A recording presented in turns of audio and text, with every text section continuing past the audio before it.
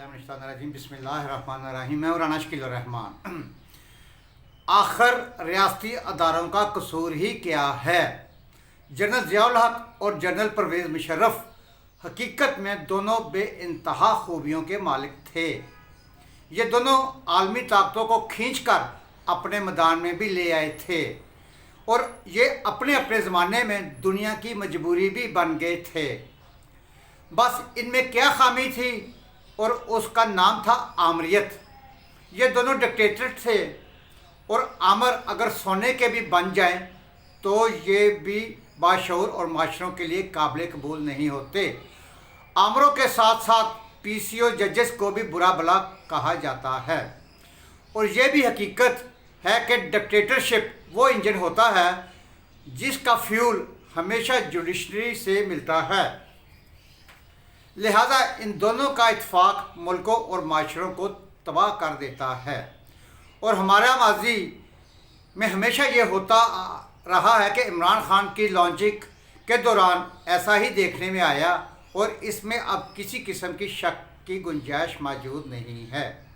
इमरान खान के ख़िलाफ़ तारीख अदम एतमाद पेश हुई तो ये तज्ज़िया नगारों का ख्याल था कि पाकिस्तान तेज़ी से गार में दाखिल हो रहा है, जिसके आखिर में मेरे अजीज़ हमवतनों लिखा है।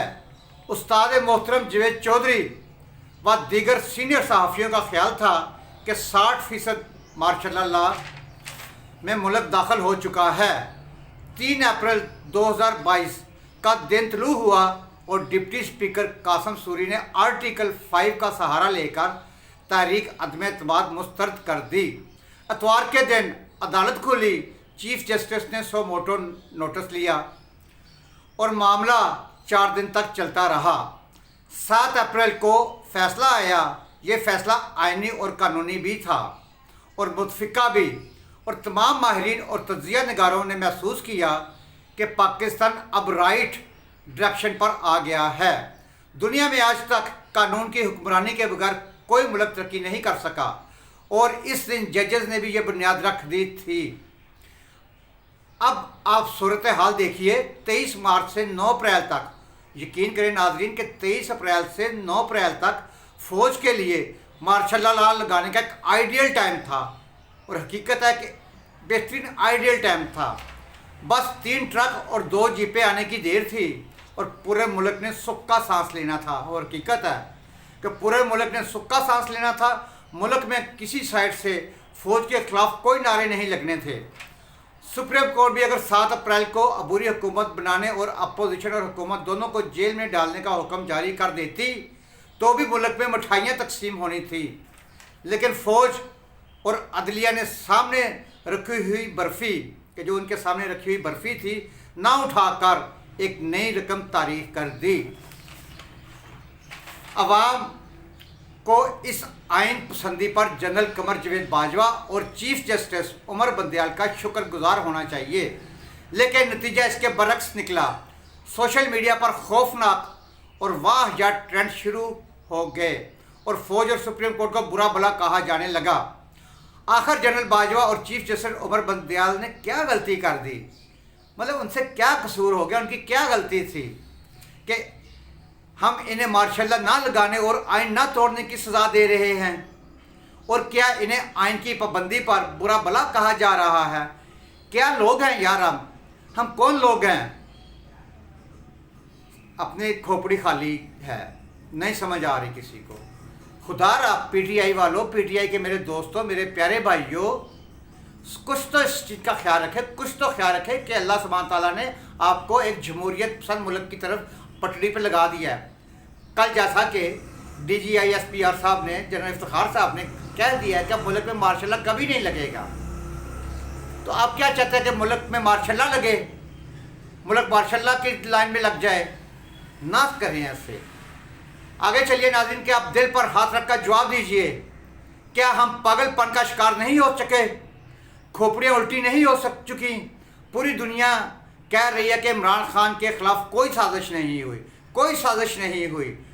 वज़ारत ख़ारजा इमरान खान की हुकूमत के दौरान ख़त की तरदीद भी कर चुकी है। नेशनल सिक्योरिटी कमेटी लामिया जारी कर चुकी है कि साबिक़ हुकूमत सुप्रीम कोर्ट में अपना दावा साबित नहीं कर सकी। اٹارنی جنرل نے اپنی حکومت کی وکالت سے انکار کر دیا۔ امریکہ 3 بار تردید کر چکا ہے۔ اتحادی حکومت کا ساتھ چھوڑ گئے اور پارٹی کے اپنے ارکان سائٹ پر چلے گئے، لیکن پی ٹی آئی سازش اور غدار کا نعرہ لگا رہی ہے۔ کیا عمران خان کا فرمایا ہوا قانون، آئین اور ملک تباہوں تینوں سے زیادہ مقدم ہے؟ عمران خان آخر کیا کر رہا تھا جس کی وجہ سے امریکہ نے اس کے خلاف سازش کی؟ دنیا کو اس سے کیا خطرہ ہو سکتا تھا؟ پورا ملک اس وقت تباہی کے دہانے پر کھڑا ہے۔ کوئی ایک شعبہ بتا دیں جس میں ہم اپنے قدموں پر کھڑے ہوں، لہٰذا ہم اگر فرض کر لیں امریکہ واقعہ ہمارا دشمن ہے اور یہ ہمیں تباہ کرنا چاہتا ہے، تو اسے اس نیک کام کے لیے عمران سے بہتر شخص کہاں سے ملے گا؟ عمرانی حکومت اگر مزید سال 6 مہینے چلتی رہی تو ہم اپنے ایٹمی پروگرام سے بھی محروم ہو جاتے۔ حقیقت ہے، آخر ہم چاہتے کیا ہیں؟ کیا اس ملک میں رول آف لا نہیں ہونا چاہیے؟ کیا عدم اعتماد غیر آئینی ہے؟ اور کیا جب تک عمران خان اقتدار میں رہتے ہیں ہمیں عدم اعتماد آئین سے خارج کر دینی چاہیے؟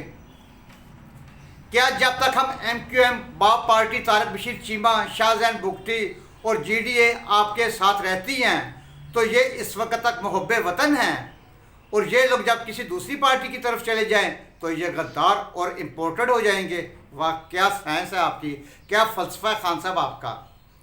اپوزیشن لانگ مارچ کر لے تو یہ حرام ہے، اور آپ کریں تو یہ جمہوریت اور عین عبادت ہے۔ کیا فرمان ہے جناب، کیا کہنا ہے خان صاحب آپ کا۔ فروغ نسیم آپ کے وزیر قانون ہو، اختر مینگل آپ کے ساتھ ہو تو یہ لوگ ٹھیک ہیں، اور اگر یہ اپوزیشن کے ساتھ مل جائیں تو یہ بکے ہوئے اور غدار ہیں۔ جو صحافی آپ کی غلط پالیسیوں اور غلط زبان کی تعریف کرے وہ ٹھیک ہے، جو صحافی آپ کی غلط پالیسیوں پر تنقید کرے، وہ غلیظ زبان کو روکنے کی کوشش کرے تو وہ صحافی پیسے لیتا ہے۔ کیا بات ہے خان صاحب آپ کی۔ ناظرین، فوج اور عدلیہ دونوں کو سیاسی معاملات میں مداخلت نہیں کرنی چاہیے، ہم خود اس حق میں ہیں، اور جیسا کہ کل فوج کے ترجمان نے بتا دیا ہے،